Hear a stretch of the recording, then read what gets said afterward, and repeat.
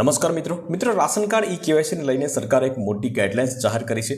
Guidelines શું જાહેર કરી છે તો કે અત્યાર સુધી રાશન કાર્ડની અંદર જેટલા પણ સભ્યો હોય અને એનું એક વખત કેવાયસી થઈ ગયું એટલે ચાલતું હતું, પરંતુ હવે નવા નિયમો પ્રમાણે એ પ્રમાણે નહીં ચાલે, કારણ કે હવે દર 5 વર્ષે તમારે ઈ કેવાયસી કરાવવું ફરજિયાત છે। દરેક સભ્યોનું દર 5 વર્ષે ઈ કેવાયસી કરાવવું પડશે અને ઈ કેવાયસી જો તમે દર 5 વર્ષે નહીં કરાવો તો તમારું સૌપ્રથમ તો રાશન કાર્ડ જે છે એ સસ્પેન્ડ કરી દેવામાં આવશે।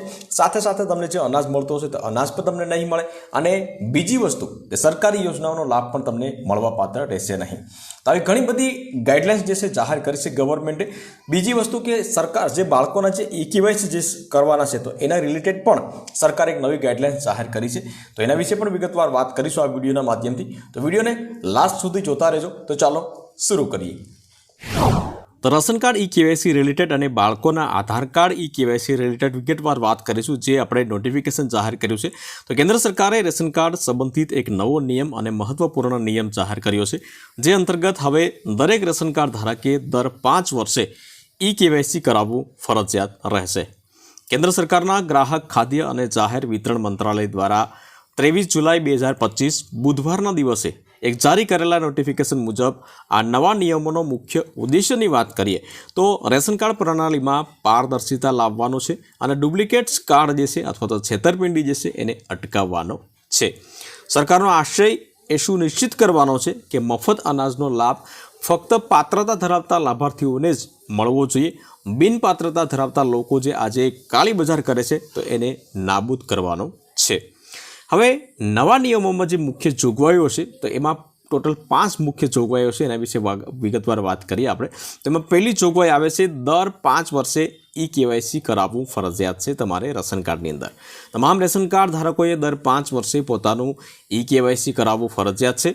આવું ન કરવા પર કાર્ડ સસ્પેન્ડ થઈ શકે છે। ત્યાર પછી બીજી જોગવાઈની વાત કરીએ તો અયોગ્ય લાભાર્થીઓને દૂર કરાશે, મતલબ કે ઈ કેવાયસી દ્વારા અયોગ્ય અથવા તો ડુપ્લિકેટ રેશન કાર્ડ ધારકોની યાદીમાંથી દૂર થઈ જશે અને જેની અન્ય પાત્રોને લાભ મળશે, મતલબ કે જે કાળી બજારમાં જે આપણું અનાજ જાય છે તો એ બીજા નાના લોકો છે જે પાત્રતા ધરાવે છે તો એવા લોકોને મળી શકશે। ત્યાર પછી ત્રીજું નોટિફિકેશનની વાત કરીએ આપણે તો ત્રીજા નોટિફિકેશન જે વ્યક્તિની ઉંમર 18 વર્ષથી ઉપર હોય તો તેવા લોકો જ હવે રેશન કાર્ડ બનાવી શકશે, રેશન કાર્ડ મેળવવાનો અધિકાર છે। જો 18 વર્ષથી નીચે જેની ઉંમર 18 વર્ષથી ઓછી હોય તો અત્યાર સુધી રેશન કાર્ડ બની જતું હતું, પરંતુ હવે રાશન કાર્ડ મેળવવા માટે તમારી ઉંમર કમસે કમ 18 વર્ષથી ઉપર હોવી જરૂરી છે।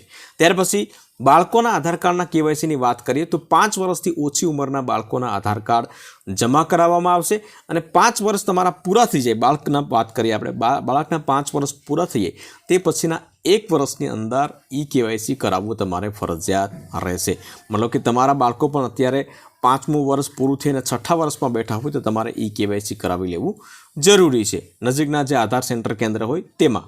ત્યાર પછી બીજો ચોથો નિયમની વાત કરીએ કે તમે 6 મહિના સુધી સળંગ જો અનાજ મફત અનાજ તમે નહીં લો તો તમારું રાશન કાર્ડ જે છે સસ્પેન્ડ કરી દેવામાં આવશે। જો કોઈ રેશન કાર્ડ સતત 6 મહિના સુધી રેશન કાર્ડ નથી લેતા તો, પરંતુ જો તમારે ફરી એક વખત તમારે શરૂ કરાવવું હોય તો એના માટે તમારે અલગથી મામલતદારે એની પ્રોસેસ કરવાની હોય છે, એના કાગળિયા કરવાના હોય છે, સોગંદનામા કરવાના હોય છે, બહુ લાંબી પ્રોસેસ હોય છે અને શરૂ થતાં કમસે કમ મિનિમમ 3 મહિના અને 4 મહિના 3-4 મહિના જેવો સમય લાગે છે। ત્યાર પછી 5મી જોગવાઈની વાત કરીએ મિત્રો તો ડબલ રેશન કાર્ડ જેની પાસે હશે, જેની પાસે બોગસ રેશન કાર્ડ હશે તો એ પણ હવે નાબૂદ થશે, બરાબર। દાખલા તરીકે તમારે 2 રાજ્યની અંદરથી કોઈને રાશન મળતું હોય તો 2 રાજ્યમાં ડબલ રાશન કઢાવેલા હોય અને બંને રાજ્યમાંથી રાશન મેળવતા હોય તો એવા રાશન કાર્ડ જે છે હવે આ નવા નિયમોથી નાબૂદ થશે અને આટલું સરકાર ઉપર જે ભારણ છે તો એ ઓછું થશે। તો આ 5 નિયમો જે છે સરકારે જાહેર કર્યા છે મિત્રો। આ 5 નિયમો જે છે તમારે જાણી લેવા જરૂરી હતા અને આ નવા નિયમોનો અમલ થતાં રેશન કાર્ડ સિસ્ટમમાં વધુ કાર્યક્ષમતા અને પારદર્શિતા આવશે તેવી અપેક્ષા છે। રેશન કાર્ડ ધારકોને સમયસર ઈ કેવાયસી પૂર્ણ કરવા અને નિયમોનું પાલન કરવા વિનંતી કરવામાં આવી છે, જેથી ફક્ત અનાજના લાભથી વંચિત ન રહેવાય એટલા માટે જો હજી સુધી તમે જો ઈ કેવાયસી ના કરાવ્યું હોય તો ઈ કેવાયસી કરાવી લેશો. બાકી 5 વર્ષ કન્ટિન્યુ મતલબ કે 5 વર્ષ પછી તો ઈ કેવાયસી ફરજિયાત રહેશે અને આનાથી લોકોને પણ ફાયદો થશે, કારણ કે જે સાચા લોકો છે એને જે અનાજ નથી મળતું તો એવા લોકોને હવે મળી શકશે અને સરકાર ઉપર જે અત્યાર સુધી જે અનાજનું ભારણ હતું તો એ પણ હવે ઓછું થશે. તો વિડીયો ગમ્યો હોય તો વિડીયોને એક લાઇક જરૂરથી કરી લેજો, શેર કરજો અને ચેનલ ઉપર નવા આવ્યા હોય તો ચેનલને સબસ્ક્રાઈબ જરૂરથી કરી લેજો.